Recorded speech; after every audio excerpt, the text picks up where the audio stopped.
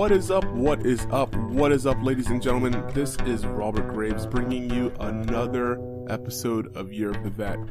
If you're a returning listener, thank you for tuning back in. I really appreciate those of you who are really engaging with me on Twitter, Facebook, the whole shebang. And if you're a first-time listener, welcome. I sincerely appreciate the opportunity to entertain you today with a story from a veteran and his personal transition in his life into where he's at today. So, real quick, we're going to touch on the business part. That is, if you haven't checked out the website, www.yearofthevet.com, check it out. That's where you can find all the show guests, all the show notes. You can find links to my book, subscriptions, and just other places to help you on your own personal transition, if that's something that you're doing. Other than that, you can engage with me on Facebook, Twitter, Instagram, Snapchat, all Year of the Vet, one word, Year of the Vet. And also head on over to the Year of the Vet online store and pick yourself up a t-shirt or a sweater to represent the fact that you, one, listen to the podcast, or two, you just like to represent that it is the year of you. That link can also be found on the website. And besides that, I think that's all the business.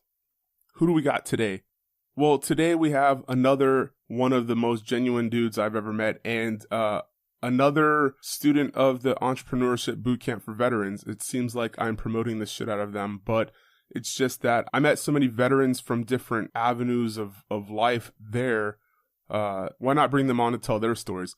And man, this individual has a story. I mean, coming from the mean streets of Guadalajaran, Mexico, and immigrating to the United States around 5 years old, all the way to the silver screen. Yeah, this next guest has paid his dues, and he's worked his way from the background to the foreground. You may have never seen him as a backup dancer on sketch comedy shows. He's been a stunt man, but he doesn't really want me to say that. But how many stuntmen do I ever get on Year of the Vet? And now you may catch him sharing screen time with cast members you may know from shows you love, like Westworld. Ladies and gentlemen, let me introduce Ozzy Ramirez. Ozzy joins us to talk about his 4 years in the service as an Army Scout Recon, 19 Delta. He talks about becoming the man of the house around the age of 16 once his father left. And, you know, he talks about patriotism and needing to join the service as an undocumented patron. We moved from the military into this transition into, you know, tossing the bottle back and how acting saved his life. So those are just some of the many topics that we talk about, but we really get in the weeds. Ozzy shares stories about, you know, how he got into martial arts by being a nerd. He talks about paying your dues in Hollywood and understanding that you're not entitled to success just because you're a veteran. He mentions that something that he wished he had done was save up some of that money that we get on the 1st and the 15th, those guaranteed paychecks in the military, and had started his own business prior to getting out, setting himself straight. He talks about his battle with alcoholism, and he talks about the stigma of having emotions as a man and how we need to break that apart. I do want to give you a heads up that Ozzy's connection sometimes goes a little dull. However, if you stick with the conversation, I promise you that, man, you're going to pull from it as much as I did for the second time and the third time going over this and scrubbing it for show notes and edits. And the fact that I feel I didn't do Ozzy justice enough with the quality of the sound of this conversation, it just burns a bigger and hotter fire under my ass to get sponsored and a no shit studio for Year of the Vet where I can invite individuals like Ozzy to come in and give you that just pristine quality audio for you to follow these conversations. But don't let that take away from this conversation. I just wanted to give you the heads up, and I want to give a big public apology to Ozzy for not having the quality studio that this story deserves. But when it does happen, Ozzy, you will be the first in the studio, or at least invited to it. So, with that being said, my key phrase, let's move right into the conversation between myself and Mr. Ozzy Ramirez. All right. So, Mr. Ozzy Ramirez, thank you so much for just gracing us with your presence, man, because you're a cool dude. let me tell you let me tell you a little bit about how I got to that mindset, right? So Ozzy and I met at EBV, the Entrepreneurship Bootcamp for Veterans at UCLA, and Oz, the very first like moment I saw you, I was like, oh man, that guy's pompous, and you know, he's kind of just one of those vets that, you know, you can't get along with. But over time, dude, like super opposite. You are just the most. I mean, we had a conversation about pro sports that, you know, just blew me out of the water. You were like, I don't follow that stuff because, you know, we have stuff going on here in America that we don't pay attention to. And man, you super educated me on some stuff that you don't even know that you did on purpose. So I have this vision, or I have this image of you when I speak about you as a very wholesome and down to earth and just real dude. And so I'm honored to have met you and crossed paths with you, and I'm honored for you to be a guest on You're the Vet and join the family. Oh, thank you so much, man. Appreciate all the kind words. Yeah, I didn't know that. I portray that walking into the program. No, it's not. It's not that you portray. It's that you've got so much. You know, when they see confidence, you don't know how to read confidence sometimes, right? Confidence can come off on two totally different ways. And yeah. And for you, like, it's just that you have this like this swagger about you. And I think that it plays well into what you do in your life. So before I ruin it all, like, let's just get into who pre-Army Ozzy was. All right. Well, pre-Army Ozzy. Well, I was born in Mexico, in Guadalajara. So I was born over there. My parents immigrated over here to this country, to California, through the TJ border when I was 5-6 years old, around that time. So my mom came over with the coyotes, like with the smugglers, like to smuggle us over when I was a young kid. And my dad came over with pennies in their pockets and just dreams, just like back in the old days from New York, and the boats coming with the Irish people and everybody just coming with a couple dollars and then just ready to put in work. And my dad just did construction, so I moved all around California every year and a half from that age till I was about 12, 11. When I was in the 6th grade, I kind of stopped. So it was kind of difficult to make friends or learn a new language and really connect with, I guess, Americans, because I was already learning Spanish at a young age and then getting thrown into learning this whole new language and different ways of things that are run here, especially in the school system, and then just feeling like an outsider. Because you got to learn English, and then my English was just choppy as hell. Like, so I was trying to get that going for a couple years, so it sounded like a Mexican. When did you feel like you were fluent? Not till high school, I would say, and even more until I got more into my profession now, that I really worked on my pronunciation, really hitting the I's, hitting everything, really learning how to project my voice in a proper way to sound American or sound like English and not with an accent or anything that most people want. I'm like, and me, when they want me to speak English, they want to hear the Spanish accent sometimes, and I've worked so hard to not have it. Yeah. So I'm like, okay, now I got to go back to that. And I'm like, 'cause for my profession, I'm like, okay, I got to open up that suitcase and pull that out again. Yeah. But yeah, I grew up in Riverside and in the Inland Empire, and out there it's a just different breed of people. Lifted trucks. Everybody got. My people like to go have dirt bikes. They have boats. They like to go hit the sand dunes, the lakes. Everybody's a fighter, women and guys.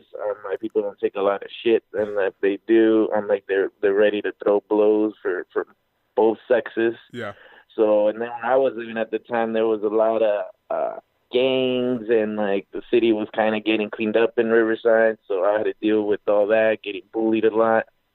So martial arts started kind of taking it a little bit more seriously when I was in a younger age, because my mom put me into it because she was tired of seeing me coming home beat up. And she would yell at my dad because he knew how to box, if he wouldn't spend time with me after construction or after work to teach me to learn how to protect myself. Why were you getting beat up? I'm just an odd duck, man. I just always, I guess, say the wrong things at the wrong time, and some people just didn't like that growing up, I guess. Yeah. They were just always trying to prove something, and then in the circles I was running, I was a nerd. Yeah. I'm like, I loved all the nerdy stuff. Like, I was with the chess club. Yeah. I go play checkers and things like that, but then I also go play sports. So I liked everything, but then certain people didn't appreciate, especially like the cholos or the jocks, that I'd be hanging out with the nerds and learning all this cool stuff about biology and crazy things. Yeah, what do you think, you're smarter than us? Huh? Yeah, what do you think, you're smarter than us? Yeah, that's probably like this guy can't be playing sports and be taking over here. I'm like playing championship chess with other people. Like, nah, that ain't gonna fly. Yeah, gonna beat you up in the boys' bathroom between periods. So then you go crying to your next period. Shove this rook down your throat. Yeah, so like all these movies or things about bullying, I was like, man, I went through all that. I'm like, I was that kid hiding around school because I know I'm like, the bullies were there waiting. They were just waiting to pick us off. Yeah, yeah. Yeah, so martial arts, that's what started kind of giving me a little bit more confidence. I'm like, and kind of learning. From starting, I started doing karate and the boxing with Shotokan. I did some of that, Kung Fu also. So I dabbled into a bunch of different ones until I really sunk my teeth into Brazilian Jiu-Jitsu when it was just on VHS tapes, and I was renting them from the movie store around the corner of the house that I would walk to and get them, and me and my next door neighbor would just play it, put it in the TV, and just super slow, trying to learn the moves and all these things that this young guy named Hoist Gracie was just tearing up all these humongous dudes with different backgrounds in martial arts that he was just dominating. And I wanted to be that guy because I'm like, he's a small dude. I'm like, he's my size. Mm-hmm. I'm like, at the time, I was like, and he's making these 300-pound ogres, Dan Severn.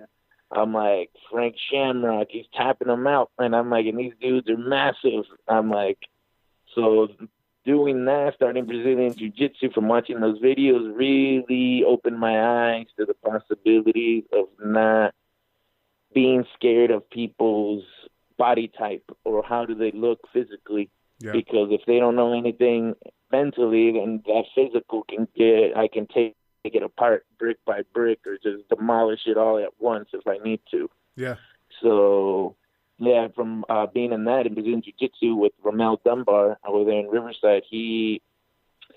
I was only 14 years old, and my friend was 14. The next guy, too, on our age group was 23. So we were just going against the adults after school, Monday through Friday, just getting our butts kicked for a good year until we got, like, our first tap, until I got my first, like, arm bar on somebody finally. So they weren't letting you get it. You had to earn it.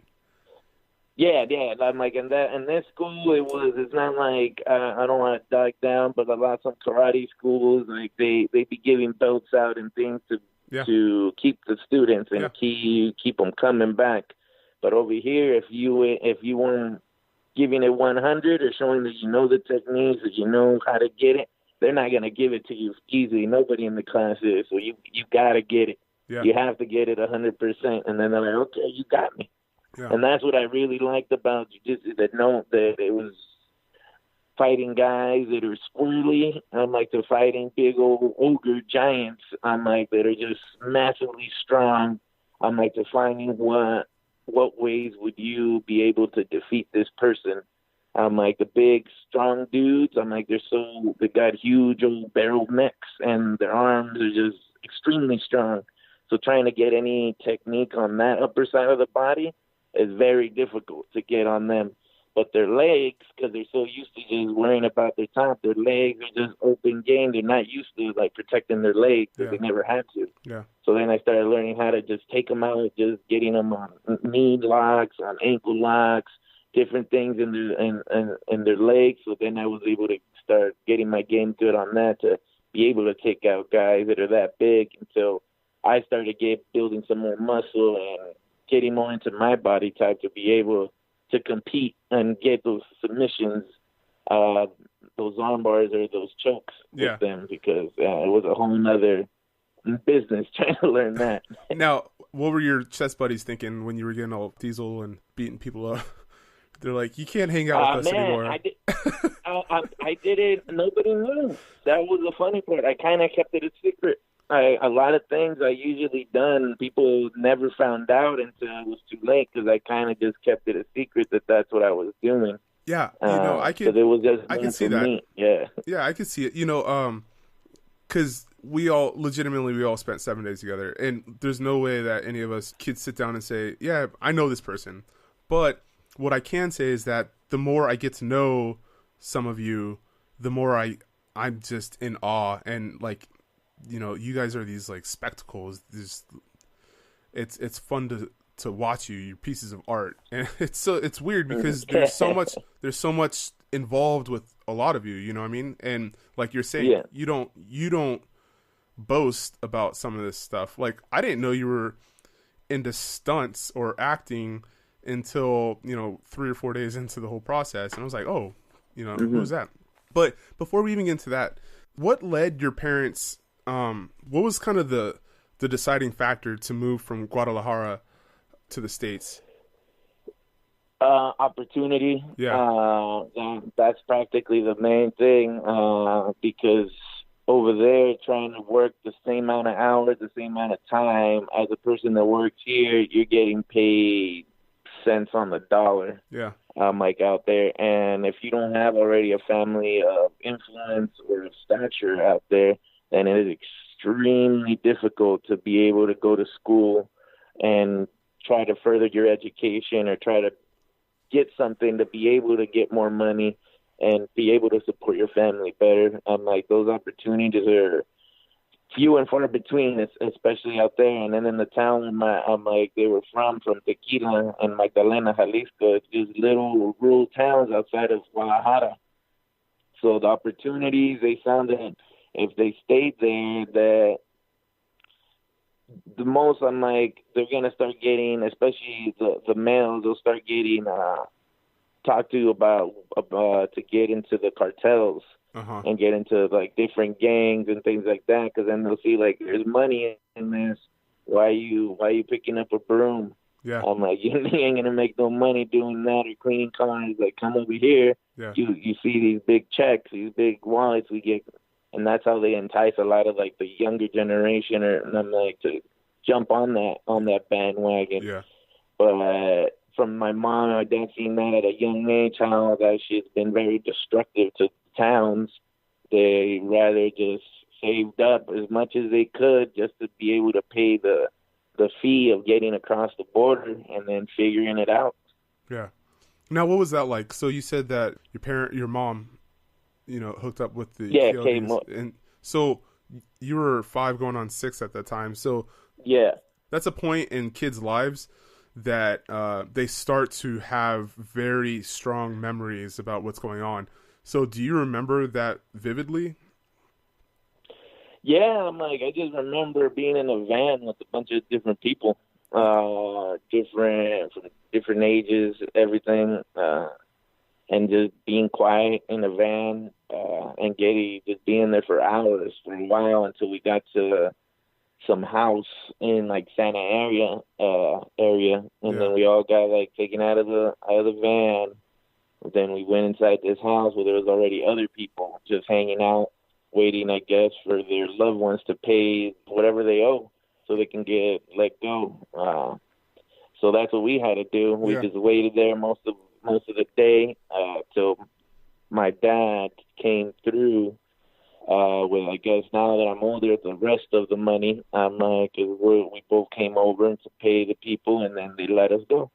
But yeah, we were just there. People were just eating. Kids were watching like TV. So it was nothing. It was just a weird experience because I was like, I don't know any of these people. Yeah. Why are we here? Yeah. I'm like, why do we have to wait here for my dad? Well, why can't we just leave, or why can't I go outside the house and go play outside? Because everybody had to stay inside the house. Yeah. So, yeah. Now, so you're growing up, you're moving around all Southern California because your dad's out there trying to get some money, you know, take care of the family. And at some point, you have to become the man of the house, right? Yeah. Now, can you talk about that? Yeah, I'm like, well, my dad finally, like, busting his ass, I guess, for years of not having no money or anything, like, finally was able to get his green card, and he got sponsored through one of the owners of a construction company, because he learned that he had to come here and learn English and to play the game, to be able to be a piece in this puzzle out here, to be able to make moves. And a lot of my family members came over, and they were reluctant to learn English, or they were just too lazy. And the old man, remember, he just, even after working long days, he would go, I think at night school, I remember he'd go and he was taking like English classes to get his English better, because he knew that was the only way that he would be able to become like a foreman or a superintendent or something, because now he can talk to the workers and to Americans and be able to translate what is it that you need. Yeah. Finally got a break when I was 15 years old. 16 years old, he got a break getting his own, becoming like the general manager of a company. And I guess as the money went to his head, put him, I guess, in another social class, be able to get things and do things that he never was able to do before, that he wasn't prepared, I guess, mentally for it.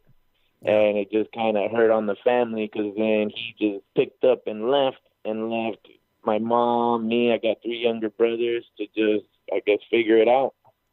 So at a young age, at like 16, when this was happening, I knew already I can't depend on this adult figure that I admired all this time, that now he's just crushing my heart and my future, because I'm like, he's not going to be around. I can see it. He's saying he's going to be here.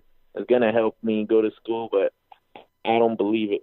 Yeah. I see that there's lie in his eyes, so I just got to man up and figure it out. And that was one of the main reasons I joined the military, for to be able to know that I will have money for schooling afterwards.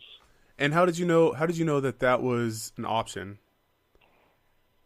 The recruiters were hot at that time, coming through and talking about that at the school. Gotcha. They were out there fishing, and and recruiters be loving getting the lower classes and inner city kids, and they don't go to Harvard and try to pull guys, or freaking Stanford. Yeah. Or Brentwood, and they don't go out there try to recruit kids. Those are rich kids. Yeah. And you'll get the poor kids. Yeah. So hey, I was a poor kid.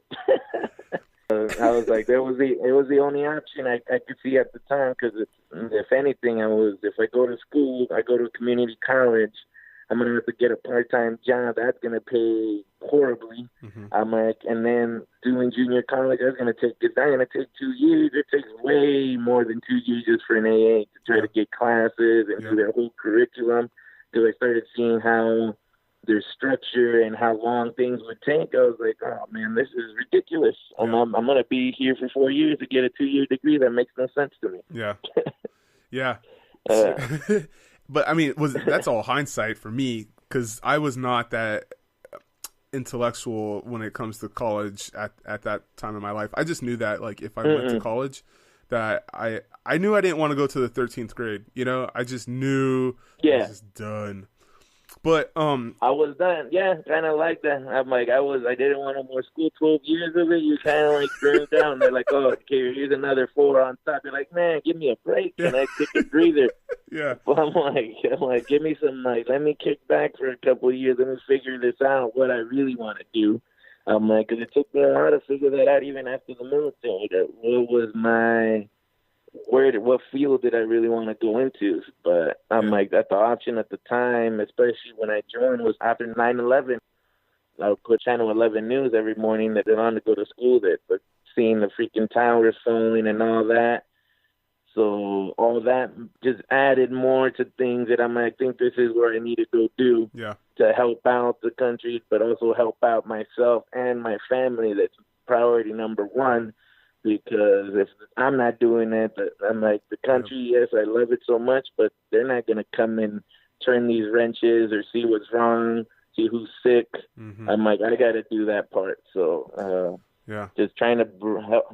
It was just, everything just kind of piled up in that year after that incident. And I had my mom sign the waiver to join before 18. So she had to sign. She thought she was signing my death certificate now that I talked to her. So that's a horrible feeling that I'm like, I'm sorry, that didn't even cross my mind that what I was making you sign, you're thinking your kid's going to die. Yeah.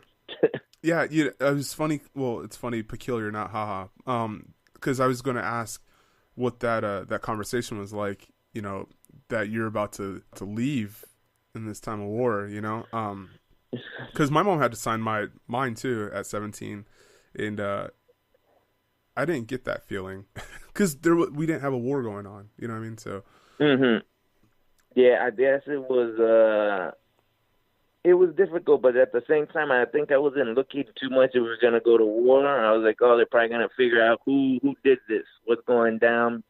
Not until, like, boot camp, that's when the orders came down that they're like, hey, this is serious. We are going to war. I'm like, oh, shit, okay, so we are fighting against these people. I'm like, I just got here. I have no training. I'm like, where are you going to send me bare bones? I'm green in the ears. I know nothing. I'm like, but it was just hard for her, my mom, to just accept that. But I told her either she's going to do it now or I'm going to wait until I'm 18 and then I'm going to do it. Then I don't need their permission anymore or their signatures. I can do it myself. There's one question I want to ask before we get into like the military aspect, right? And that's, now that you're a forced role model, right? Your dad up and left and you've got 3 younger brothers under you, kind of looking up. Now, what's the age difference? 4 years, 6 and 7. Wow. So I'm like, when I was like 16 years old, the next brother was 12, and then from there was like 9 and 8. Yeah. So now you got legitimate young men looking up to you. Yeah. Right? Now, did you know at the time what passing on values and setting a foundation for success meant? No, I guess I was just trying to roll with the punches. Yeah. Yeah, to survive, just trying to, I guess even my brother, they just saw what went happen, and then now I'm more of the father figure now with them, but at the time I was just trying to keep my mom sane, keep the house good, and then because of this incident or what this man just up and left, that they will start taking the wrong path and start hanging around with the wrong crowd. So that was my main thing, also to have them, keep them in their sports and keep them on what they need to do. And if my mom needed some money, I was like, if I join the military, I get 3 meals a day, I can have somewhere to sleep, I can kick down, and now we could put my brothers in that. Keep them in soccer, keep them in these sports or in these different activities, so they don't have to start deviating into the wrong path that just because of this person and mess up your life. So I was like, let me help out the best way I can so they don't go and do some shit. Yeah. Okay. Let's fast forward into now you're in the Army. What'd you do in the Army? I was a 19 Delta Calvary Scout in the Army, so I did reconnaissance, I drove Bradleys, Humvees, I flown on Blackhawks, air assault, There's airborne. So we're just navigating and going and getting intel on the enemy behind enemy lines, so we can relay that information back either to command or to some general somewhere to know what's down there, how we're going to play this, we're going to send, or if we're going to call indirect fire on the places. So I started off, my AIT and boot camp was at Fort Knox, Kentucky. So I went from there. Then from there, my first duty station that I got was in South Korea on the DMZ called Camp Gary Owen. That camp doesn't even exist anymore. It was given to the ROK soldiers. So, and like it was just getting to boot camp, learning all that, getting your butt kicked, and especially I picked a job that is very physically demanding. Hey, so I went to the DMZ to go visit when I was at Osan, right?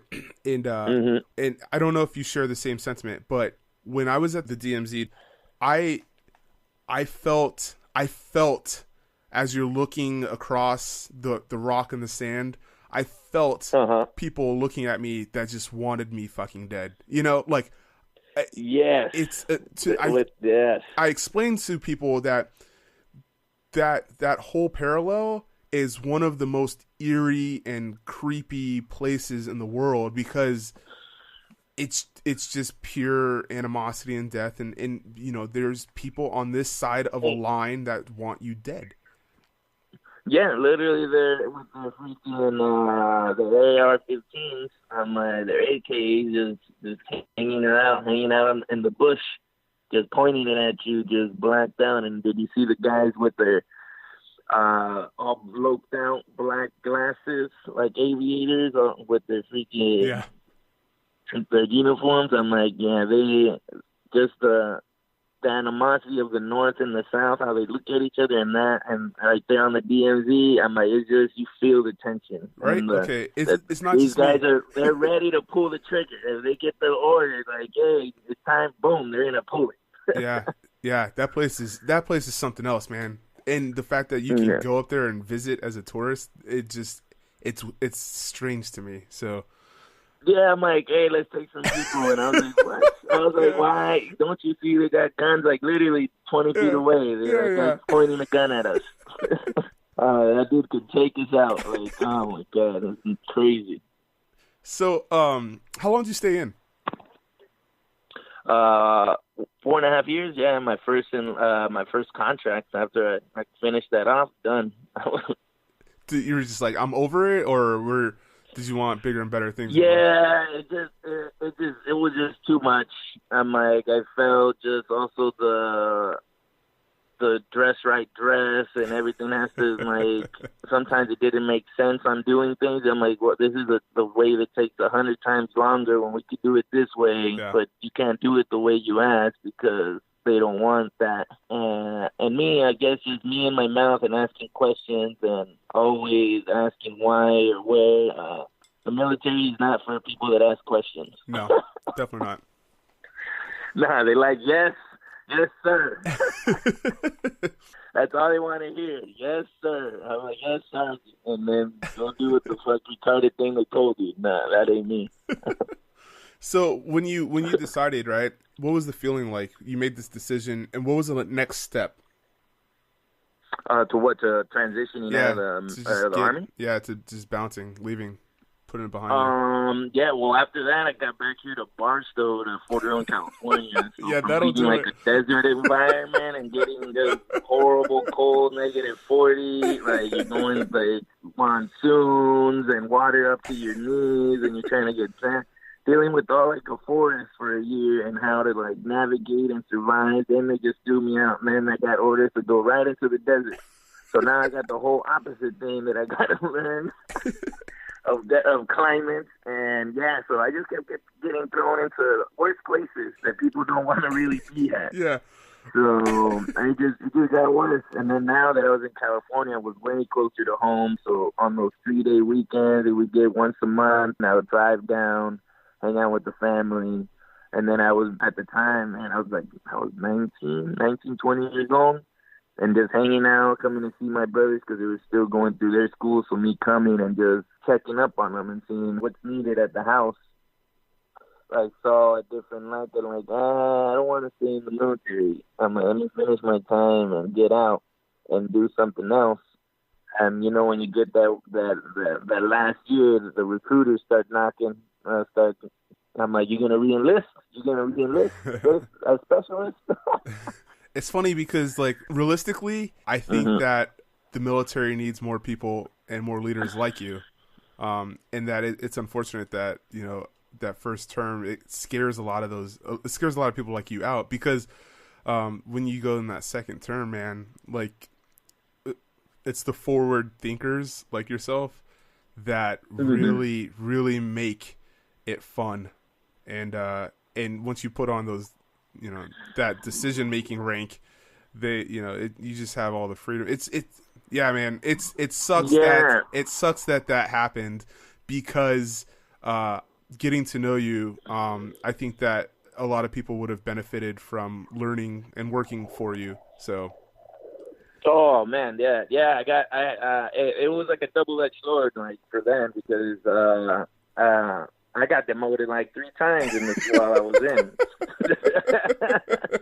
So my mouth didn't help me a lot, because Korea kind of broke me down, getting demoted out there, and just seeing how things rolled, especially with how the chain of command, how shit rolls downhill, and how things happen. Yeah. That I thought people would have your back, or these sergeants or these staff sergeants are supposed to have your back 100, even when the shit you do something stupid. Yeah, they're supposed to still take the hit with you. Yeah, but they didn't want to take the hit. They were out there running, saving their own asses, and I was like, oh, okay, so we got a bunch of hypocrites. Yeah, up in this military, or my unit, my platoon. So I was like, man, I'm like, you guys just killed what you guys are trying to instill. Yeah. I don't trust none of you now. Now I'm going to give you the bare minimum, and now I'm going to go back into this little book called the Geneva Convention and our rules and regulations and read this, so I don't keep getting fucked over by you guys keep doing these things that I know you're not supposed to do to us, but I don't know the rules, so I'm just nod my head and say, yes, Sergeant. Yeah. I'm tired of saying yes, Sergeant. Yeah. So... All right. Now that you're out, right? So you've decided you're just done. You're done with the bureaucracy. You're done with, like, you know, the idiots and those guys that make this family more like a dysfunctional family, right? So you're done. You're out. They give you orders to Barstow, and I've been offered jobs in Barstow, and when we were looking for houses out there, like, all of them, you need your own well. So if you're listening and you don't know where you're at geographically, like, they dig wells and fill them up so you can have water out there, and they have septic tanks. So that's how far out Oz was talking about. And it is a shitty place. I mean, it is close to Vegas, but that is not the ultimate selling point. And then you got those houses blowing up, the meth houses all the time. So throw that in there, so they know. That's gonna be on the weekly news every day. A new house blew up. That's right. So, at what point, when you were like, "I'm done," did you start to think about transitioning, or even look into transitioning? The first day, once I jumped on the bus for boot camp, I knew this was a mistake.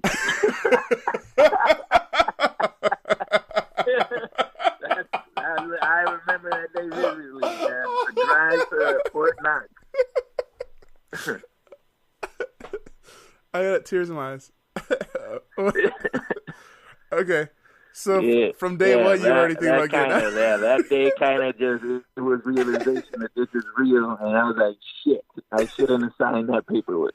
So, okay, even though like all the martial arts training and all the badassery that you kind of found yourself into, like going and learning all kind of minimum black ops stuff, you know, recon and like the hand-to-hand combat, none of that like really kind of pulled you in? Not the hand-to-hand, like, because that was way better. They were at that time they were barely trying to do like the MMA type of style and everything through boot camp. So most of the drill sergeants really they were novice. They were not good at doing hand-to-hand. Yeah, I'm like, they didn't want none of me. I was taking them out and cashing checks on that end. Yeah. But on the other hand, man, it was just wrecking with like the 50 cal, the barrels, like running, waking up at 5 a.m, running like all these crazy miles. Yeah. So it was just a shocker that I'm like, man, my body was not used to that, or my mind, because man, they broke me. How they were saying they're gonna make us slush and then start just chiseling us back up out of marble. Yeah, that's how it felt. Me always smiling didn't help me in the military. That's me. I was singled out a lot. Yeah. I'm looking in the mirror right now because that was me. Yeah. So. Yeah, no, the mental thing was just with kind of on my end, and just the just getting pushed to the limit that I would just have to laugh and smile because I'm past crying. I'm past screaming and yelling, that now all I can do is just kind of just accept my fate of where I'm at in this particular time and place, and then just laugh and be like, hey, this is what I wanted, now suck it up. Some people might call that hysterical. Yeah. So I'm like, I'm freaking crazy. I'm like, I gotta just laugh because I'm like, I can't even cry no more. It's so much. So, all right. Now, we briefly touched on it, right? You are an actor. I mean, you're an actor, right? So, at what point was the transition of living in Barstow and then, getting to come home on the weekends and seeing the family? And, you're at the time, 21, 22? Yeah. And where's the separation between Army and Ozzy Ramirez today? When I was getting out from Barstow, I didn't know what I wanted to do because it was 2006. I was about to ETS out, and my last day in the military would have been, it was August 8th, 2006. But it took me a couple years after the service to kind of get in the groove of things or find where I wanted to do. Because getting out, man, I hit the sauce pretty hard for a while. I'm like most soldiers, most enlisted people, male or female, we hit that bottle hard. Yeah. Like for just different things we've seen, just emotions, just different things. It took me a while to break that habit because how long? I was drinking right when I got out. I was going out and drinking every day, 7 days a week for like a year and a half. Oh. I would say. Yeah. And getting blackout drunk every fucking day. Yeah. Every day. Just because I didn't want to dream. I didn't want to think about this other stuff. So the only way was just keep throwing that sauce back until I don't remember no more. Yeah, yeah. How did you break that habit? So it took me. I slowed down a bit after I got one DUI. Did the whole process when DUIs weren't such a big deal. Yeah. And I finished that. Because I literally, when I got out of the service, not even like a couple months later, got like the first DUI. And even after I got it, going to the classes and everything, all I did was just that military mind, say, okay, what did I fuck up on so they don't catch me again? And to continue drinking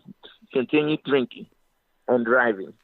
Because at the time there was no Uber, there's no Lyft, there's just yellow cabs. You know how horrible those guys are to try to get a hold of.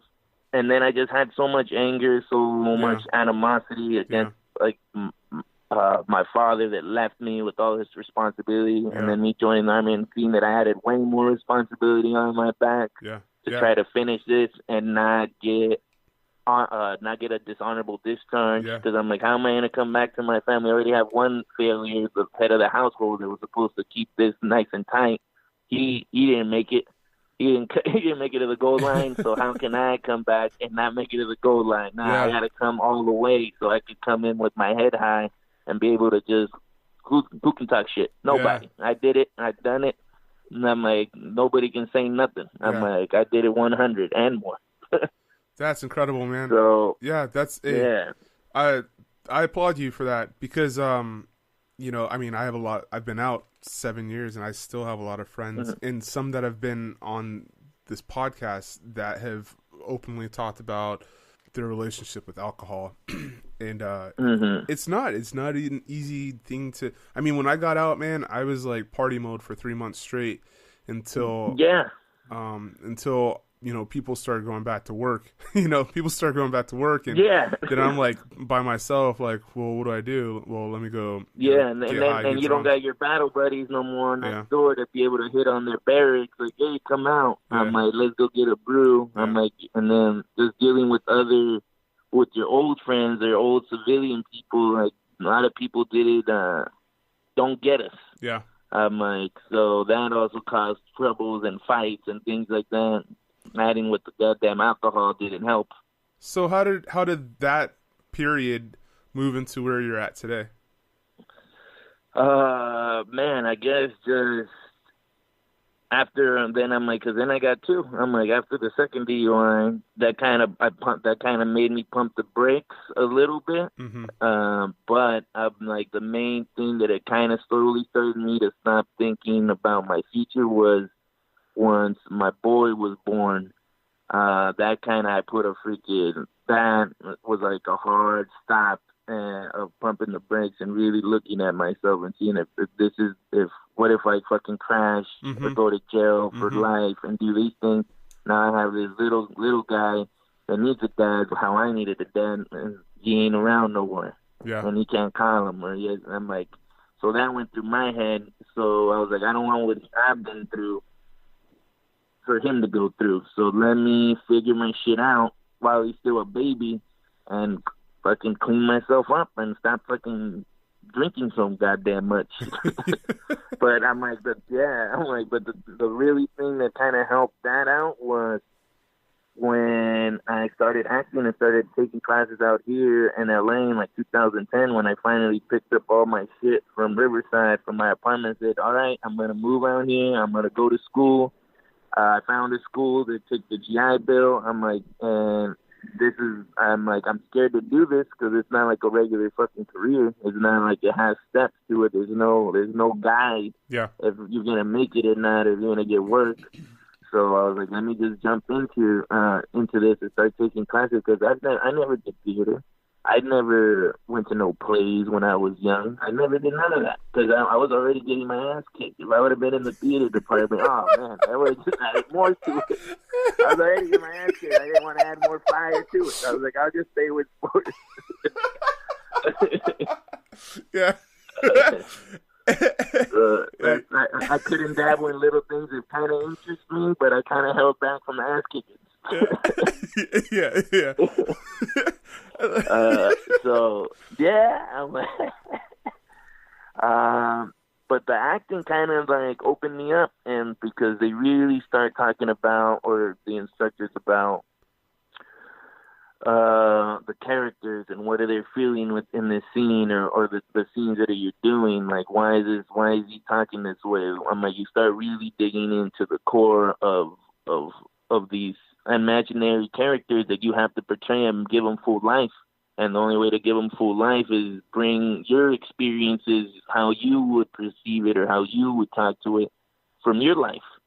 So me not knowing any of this, they had me bawling for like a year. Every class, I would just be crying my ass off because they start talking about, I'm like, it'd be a scene that I'm talking to a dad and we're having a discussion, or like a son, or I'm a young dad and their son's dying and I got to talk to the mother-in-law, and just putting my head and wrapping my head around if I would really have to do this to my boy, or I would have to be talking to the old man now after years of not talking to him. Like, what the fuck what am I going to say? How am I going to speak? Yeah. So I'm like, they just kind of just class after class, I'm like, week after week, they just kept opening up this like box of the shit that's held in the military, or even growing up as a male, that they tell you to push down and keep it down and not cry and be a man. And I'm like, and especially in the service, there's no time for none of that shit.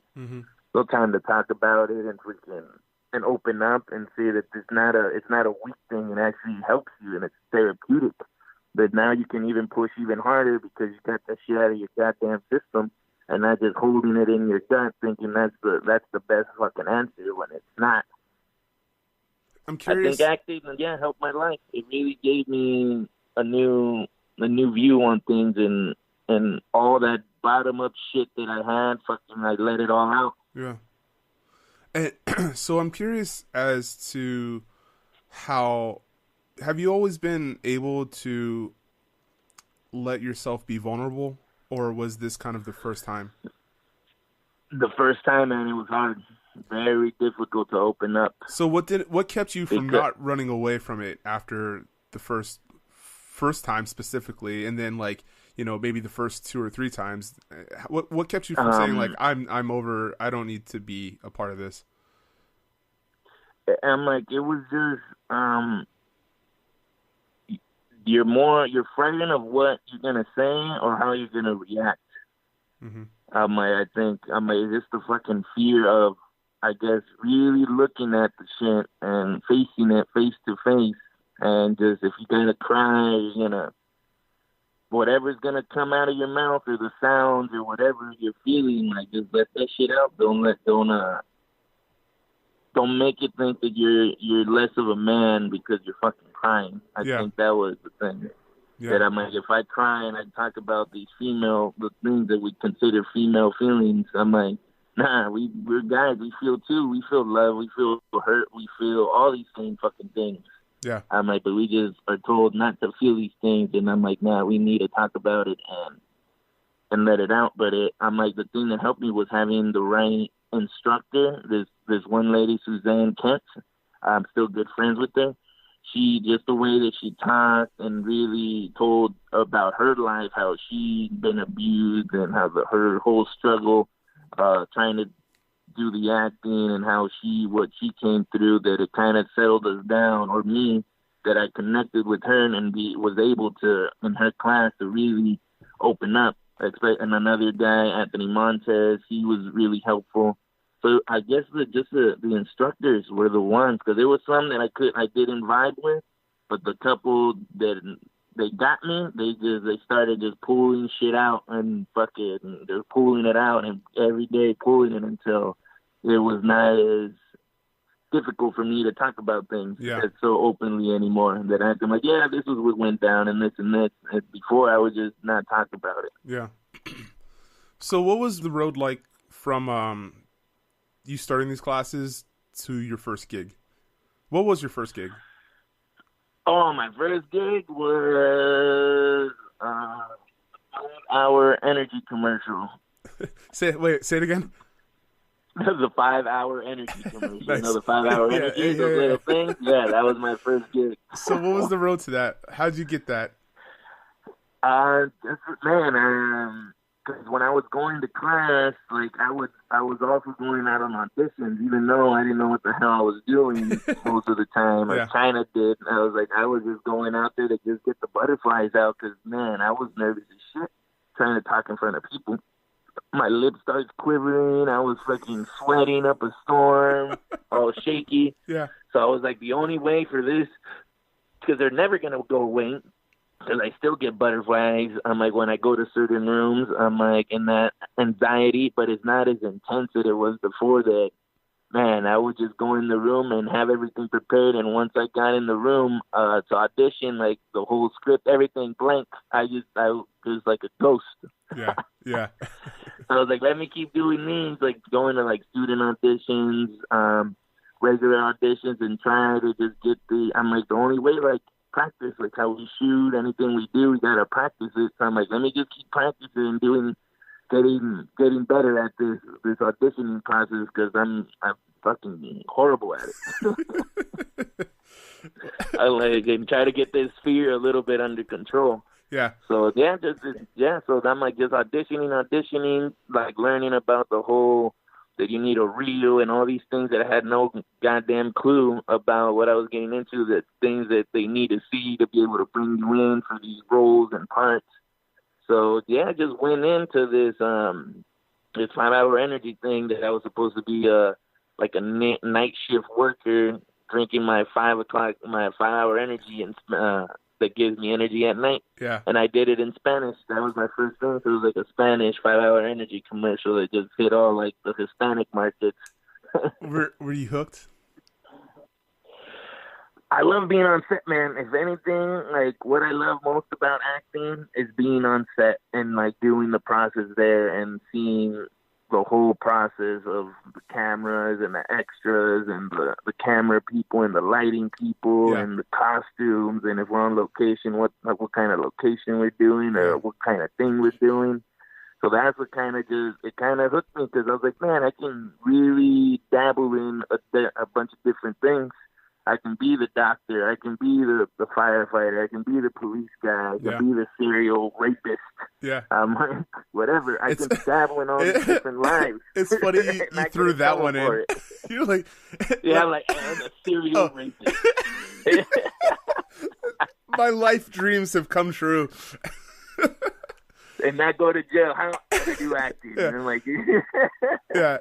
That's a good point, because I've always said, like, I want to slap a man in the face, open hand, with no repercussions. And I think the only way you can do that is if you're an actor. Yeah, all right. And then you just, okay, this is the scene. I'm like, and it's good to go. And then maybe you get to slap him a couple more times because they didn't get it on the first take. So I've been slapped. Boom, take it again. Make it. Yeah. Yeah, run it again. Run it back. You're like, shit, okay, get this gun because this shit stinks. You don't know this about me, but I grew up in that industry. Like, my mom has always been in it, from makeup to craft service, and now she's doing scouting. So she's been all in it. And so her in it at such a young age, naturally, I found myself, not in front of the camera, but behind the camera. Like, I did a lot of set work for the theater in high school. I was the only, and I guess first paid intern at Nickelodeon on this show called The Journey of Alan Strange, way back when. Yeah, but I had always thought I wanted to like build sets, and if I didn't, when I got out the military, I kind of started dating my wife like almost immediately, and had we not gone down that route, I think, because I'm from Culver City, right? That's where home is. Yeah. I think that my very first move would have been to try to intern and get into Sony and be building sets. Because when I saw Titanic, man, I mean, even before Titanic, but when I saw Titanic and the sets in Titanic and, just like, I was like, that's what I want to do. That's what I want to do that. So like build it, make it beautiful, and then once the shots are done, you just break it apart. Yeah, break it apart. Just rip the shit apart and throw it away. But I mean, I couldn't get into it now. I mean, you're talking about 3 a.m. calls, and then you're on set for 20 hours, and you go home, get 5 hours of sleep. Mm-hmm. So like, it's not the life for me right now. But yeah, it is. It's like, it's addicting when you're employed. It's addicting. You're like, this is fun. It's fun to be here. It's fun to be around. Because I'm like, because I see the set guys there, and I'm like, they got all their paints and different tools, and they're just, boom, what do we need? And they're going to town just changing things, making things look like a real ship, or you're inside this one building, and you're like, man, you guys really detailed, and I'm like, how you made this look. Yeah. That it looks like we're actually in this thing, but we're not. It's crazy. That whole life is like creating reality out of like a box. It's crazy, man. Yeah. It's super cool. Yeah, I love the movie industry. So you also aren't in front of the camera. You also get on stage. Yeah, I've done that. Yeah, because once I started doing the acting, all the good actors or people with a lot of credits, they started doing a stage. They were all theater actors, a lot of them, before they even transitioned into film. Yeah, one of the ones that stood out to me that you were in is Basketball Diaries, and I'm assuming you've seen the one with Leonardo DiCaprio. I'm assuming. Yes. Dude. Yes. How phenomenal is that movie? That movie is a great movie. And I mean, it goes dark, So, what's the difference for you being in front of the camera and being on the stage? On stage is just one time, one take. The show must go on. So there ain't no retake. So you just keep pushing through the show till the show's over. That's the main difference.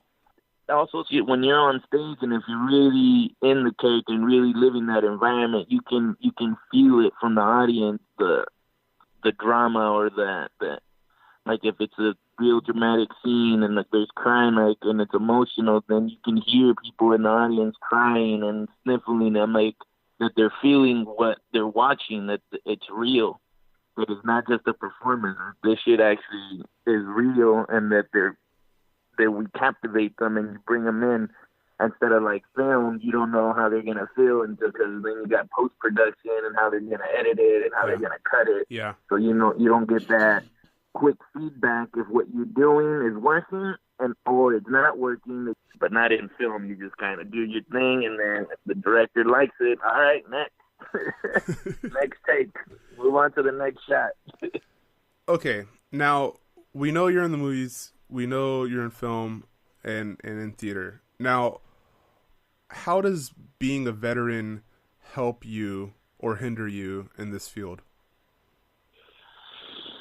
I think right now we're in a great time, especially if other vets want to get into this industry, because Hollywood it's opening up its doors a lot for people that want to be actors or people that want to be behind the scenes. You want to be a suit, you want to be a director, producer, what do you want to dabble in? NBC, HBO right now is really opening up the doors for a lot of opportunities for vets, and they're giving those slots right now to them because they know their work ethic and all that. So right now it's like a good time. Hollywood is very embracing the veteran community. But at the same time, years ago, when I talked to other vets that have been in the industry way longer, that before it wasn't like that. Hollywood didn't want nothing to do with vets. They didn't want to know that they were actors or anything. They're like, that's your past life. Just you're an actor now or you're a screenwriter. That's it. We don't want to know if you were a veteran. Mm-hmm. That they had a bad stigma for them because they think we're all fucking crazy. Mm-hmm. So that's been kind of getting broken into differently by a lot of vets that have come out and are doing excellent work in their specific fields. So that's opening their eyes to a lot of civilians, and other people are like, oh man, they're not all nuts. I'm like, they got hard work ethic. I'm like, they're reliable. They're gonna do what they're gonna do, and most of the time they're not complaining. So that's the main thing. You're working with people 16 hours a day. You don't want a complainer there. They're just dragging you even more down on the day or the shoot. So I've been seeing that that's been very helpful for us. But then at the same time, I've seen vets coming out and they feel entitled that that this should be given to them.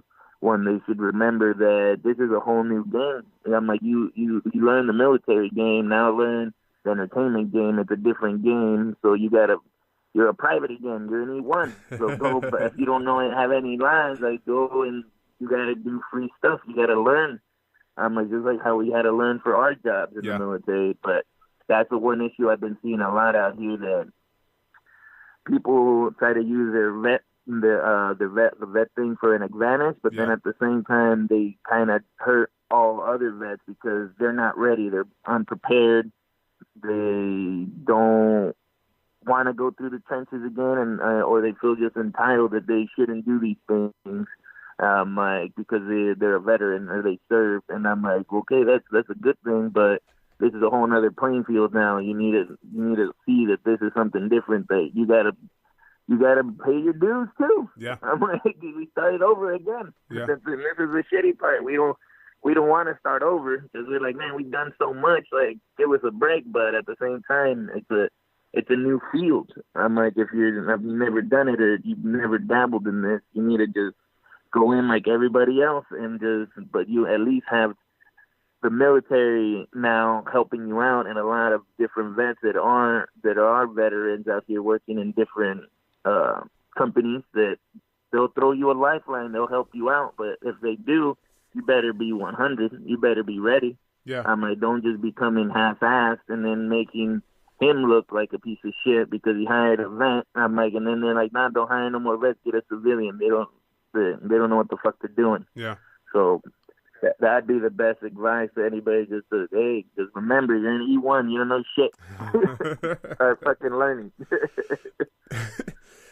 Who's somebody that you look up to in this field? Like, who do you look as to a mentor or somebody that you aspire to be like, or something in that realm? Shit.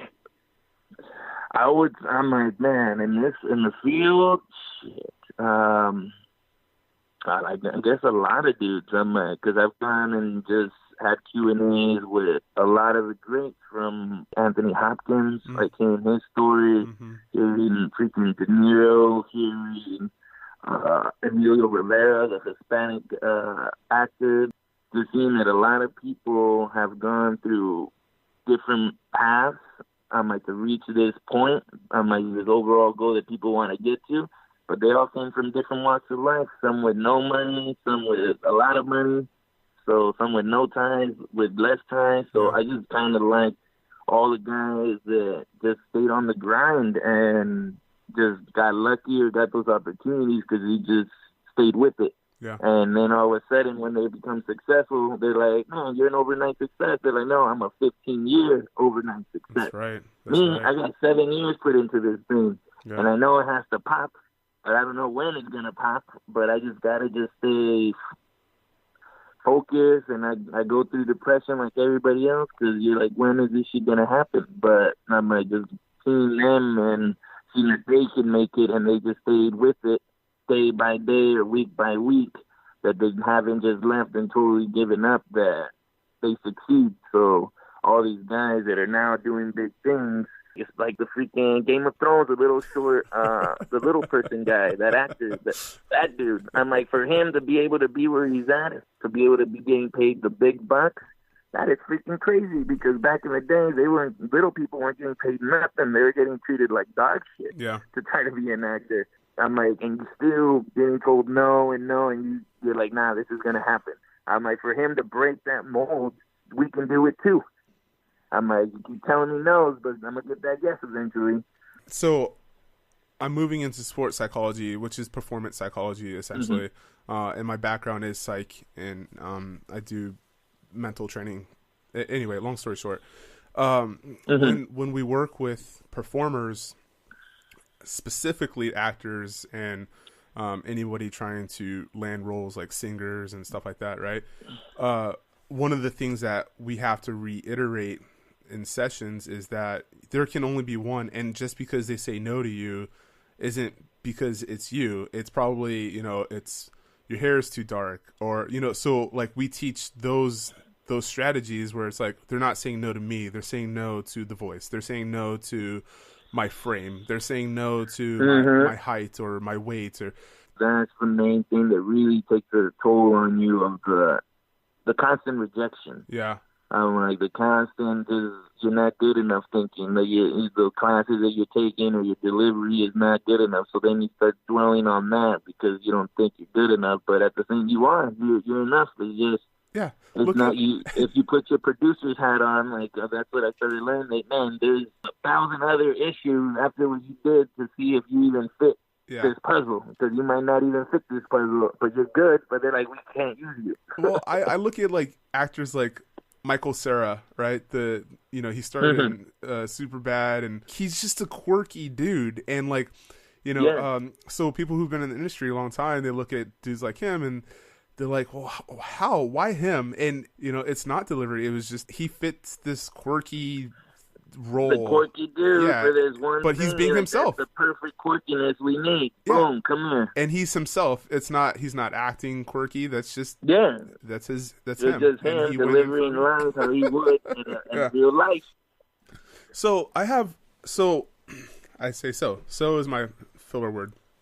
I want to ask 2 more questions specifically to the film. And it's, the first one is like, your background and training in the military is one where the rest of us pogues, right? Pogues being personnel other than grunts. Like when we hear about it, you probably become the most instant coolest person in the room. when people introduce you, it's always this like grandiose, like here is this fucking badass. We were introduced and it was like Scout Sniper, and that's what I heard. But I heard it from somebody else, and hearing it from you, it's Recon. And it's probably the same feeling when, I, as a Marine, walk into a room where I'm the only vet and people are like, oh my God, you're a Marine? Like, did you kill anybody?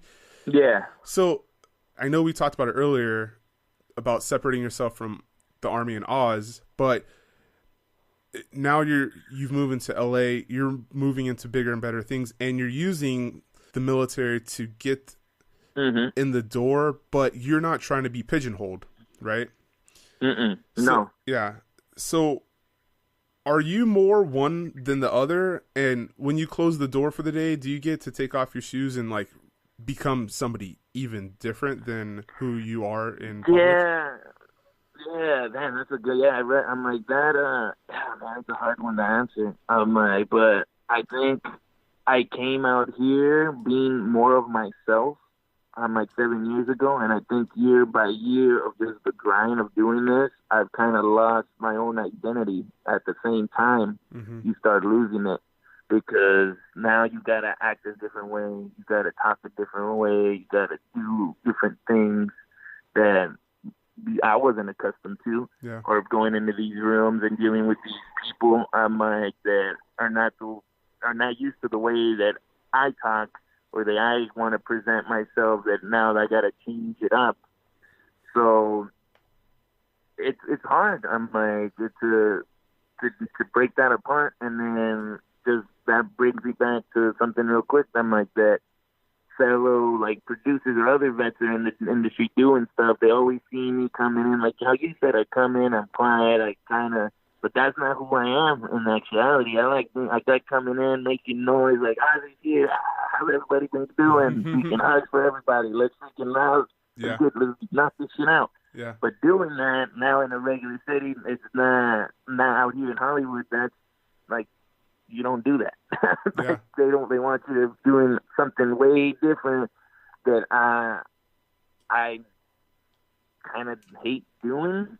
At the same time, I'm like, why do I have to change? But it's the name of the game. I'm like, until then, people really go out with me or sit with me, and then there's nothing around that we can both, like, okay, talk about something. Like, all right, this is the real Ozzy, and this is what I've been told before. And I'm like, oh, shit, I like the real Ozzy. Yeah. Instead of this other Ozzy that comes in the room that's got to act a certain way, just like, why don't you argue you? I'm like, because I don't know. I'm like, this is how it seems that when we come, I gotta put this facade up, and then once I'm done with the meeting or whatever we're done, then I can take off this suit off, and then I can be in my own skin and be the person that I am. Yeah.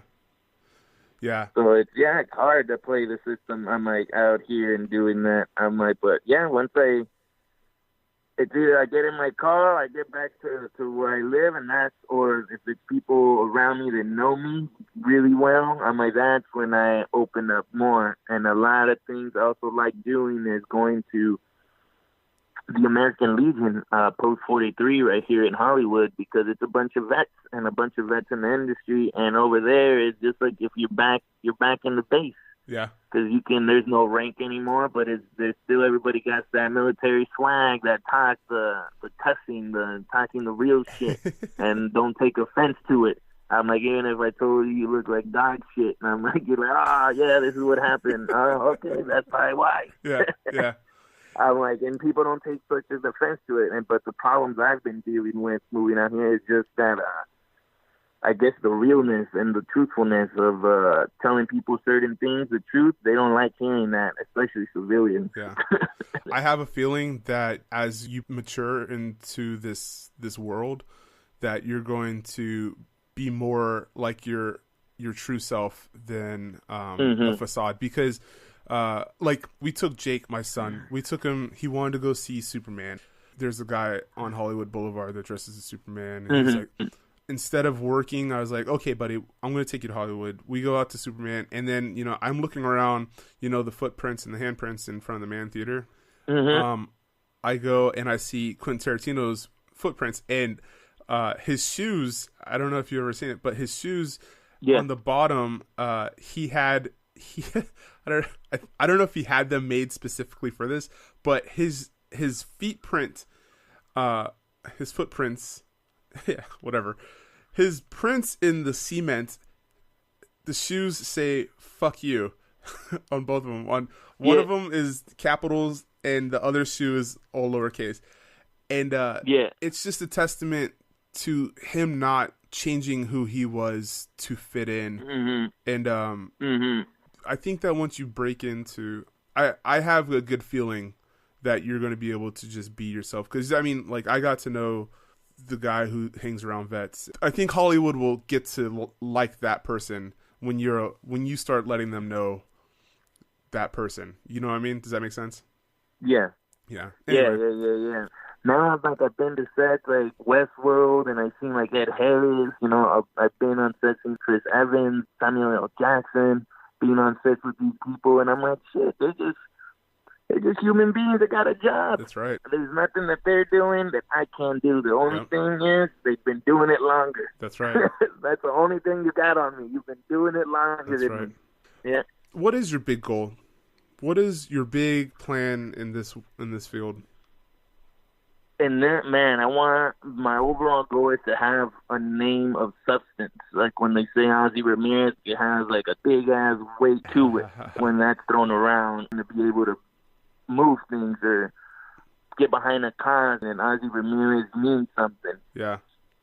Man, I'm like, because I've lived a very different life than most people, that I see a lot of help that is needed. Man, like, if my name, my company, everything that I built around myself, that I could start helping out, like, nerdy kids, like scientists, like, make them hot, make them popular, make them that the ladies love them before their brains. Yeah. I'm not, just not because they can shoot 3-pointers. Like, this dude's crazy smart. Like, bridging that gap too. I'm like Bill Nye the Science Guy. I thought that guy was the coolest growing up. I thought that guy got mad swag. I'm like, this was smart as hell. I'm like, yo, idiot. I'm like, and he's got a catchy theme song. Bill Nye the Science Guy. Bill. I'm like, man, I was watching him running home trying to catch him, but like that, like trying to get these kids that look down upon just because people don't understand that this is how they work. And me, I want to set up just different companies, like even from just construction, to be able to help felons. Because I've gone through that system. I've been thrown in jail after the military, and in the military, getting into ruckus and seeing all that, how you get treated by COs, and they can't get out of this fucking funk. I'm like, because they keep getting thrown back into this fucking stew of shit, and they just keep trying to get out, and nobody's there to, like, give them a boost. Yeah. And that's what I've seen growing up with the workers, people getting out of jail that are just trying to, a lot of them have families, they want to just work. Yeah. They want to learn something so they don't have to go back and do the shit they were doing, but at least get a job that they can get paid well and be able not to go back to that shit. So that's just one of my things. Schooling and teaching carpentry for free, or drywalling or cement work. Yeah. I'm like, so even if you get out, boom, you got the training, you're getting paid, and now you can go and work, if not for my company, now another company, and you have skills to not go back into this fucking stew. Because, man, once the law gets their claws on you, it's a motherfucker to fucking unhinge yourself from that, and now. Yeah. And then they can't touch you anymore. But once they got you, man, they make it extremely difficult, especially if you don't have the money, like most of us don't. So just to be able to give those opportunities to guys that, hey, you had a bad run of luck, but here's some light. All right. So, okay. There's some general questions that I ask each guest, right? And because this is a platform where you get to share your lessons learned and your stories and, like, get people interested in who you are. What would you tell vets who are struggling to find themselves today? Man, I would just say find somebody, from a battle buddy or a mentor or a teacher, and really talk to them. Really become open and not hold back things that you might look down upon if you talk to the wrong person. So find the right individual that you can open up and that gives you positive feedback and doesn't shit on your dreams, that believes in you. I'm like, if that's what you want to be, then hey, go for it. Yeah. I'm like, and see what you really want to do, because I'm like, when I told my family that I was going to be an actor, I'm like, and even before that, when I was going to join the military at 17, my own side, my dad's side of the family that I don't really mess with, they all laughed at my face. They're like, you're going to cry. You're going to be back in a week. You ain't going to make it. You ain't going to make it. I'm like, what? You're supposed to be my grandpa. You're supposed to be my aunt. You're supposed to love me and give me the thumbs up and say I'm going to do it, and not be throwing this shade on me or throwing these negative things at me when I'm already have doubts that I can do this. Yeah. I'm like, and you're adding more doubts to it. But just like the acting too, when I said I was going to be an actor, friends that have been grown up with since I was a little kid laughed in my face and not hurt. And it made me want to cry, because I'm like, damn, nobody really believes. They don't believe in the dream or the thing that I want to accomplish. For them, it's out of this world. It's like we're going to Mars. I'm like, but we got shit in Mars, so the shit it can happen. It can be accomplished. I'm like, so maybe not by you. That's why you're giving me negative feedback. Yeah. So I'm like, but I can do it. Yeah. And I think that'd be the best thing for a vet. To like, if you believe in what you're going to do and you know, man, fuck everybody. One day at a time, one foot in front of the other. But you'll have those days that, like I have them, that I go back 10, 20 feet. Because I'm just, man, I'm not good enough. I'm like, this is not panning out. I try to do this other thing, and that didn't work. And all these roadblocks that you just keep trying to overcome. And some you don't overcome, and you got to dig under it or go to the side. But there's, man, if you believe in it, and I'm like, you have just a couple people in your squad, like my mom, like a couple friends that I have, that all they always say is just positive things. I'm like, that's all you need. I'm like, and then at the end of the day is, you're the one that's got to get up and do this shit. So do you believe it? I'm like, today I do, maybe tomorrow I don't, but then the next couple of days I believe it again. Yeah. So, but at least you're doing it. Yeah, find somebody that doesn't shoot you down. What would be some advice for transitioning service members, guys who are thinking about or are just getting out? Go talk to an alcoholic counselor or somebody of that to control that alcohol. That's right. Hey, that is number one. I think that's a main thing. Yeah, go talk to someone about that shit first, or go somewhere that you can talk about your issues, to not throw the shot, to not be throwing those bottles back. Because that shit hinders a lot of things and throws big wrenches into your overall plans that are going to take longer. Because now you got to deal with these legal issues that you threw yourself in just because you didn't know any better. Money. And that's most of the thing. You don't know shit. You don't know any better. So you think this is the only way to deal with the problem. Yeah. And you lose a lot of money. Yes. Extremely. More not even the money. If you had it, the fucking time that they take from you. Yeah. And the time is money. That they take, that you got to do shit that you like, why am I even here? This makes me want to drink more. It's I think it's a veteran thing, because we shouldn't be laughing about it, but I know exactly what I know. Literally, I think 80% of us know all too well. You know what I mean? Like, yeah. So, and I think that's why we can laugh about it. Yeah, because I'm like, we lived through it, we did it, but yeah, the transition is I would say, if you're getting out, give yourself like a year, 6 months, something to just settle back into yourself, and maybe travel, and don't go back to the same town or the same thing. Just go and see other things, and go explore and find out again who is Ozzy Ramirez. Yeah. I'm like, who's Robert Graves? Yeah. Now he's not military no more. He's a civilian. So let's figure out who am I? What's my passion? Because now I don't have to get up at 5 a.m. Yeah. Now I don't have to do this. I don't have to do all these other things. So what do I like to do, and who am I? I would think that would be the best to really get back to who you were before the military, because the military changes you a lot. Yeah. And you forget how innocent and how happy or what things you really liked that you don't like anymore or haven't dabbled in because of the military got thrown in there. Yeah. So just to see what you love and not what people love doing, what you like doing and makes you happy. I think that'd be my best advice. It's funny because I'm more, and this is since EBV at UCLA, right?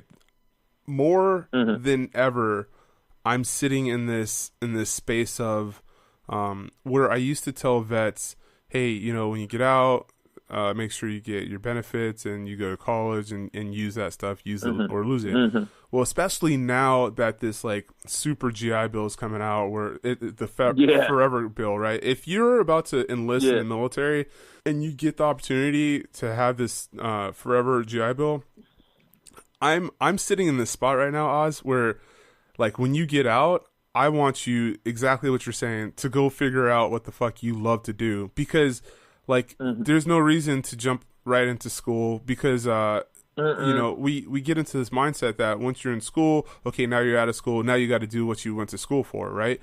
The majority of individuals that get out of the service only do their and I don't mean only, because only is a lifetime, but they do 4 years and they get out, and they're 21, 22 getting out, and then they're trying to be adult all over again when their peers are out backpacking in Amsterdam, or building huts in Zimbabwe, and just like you said, man, they're trying to figure themselves out.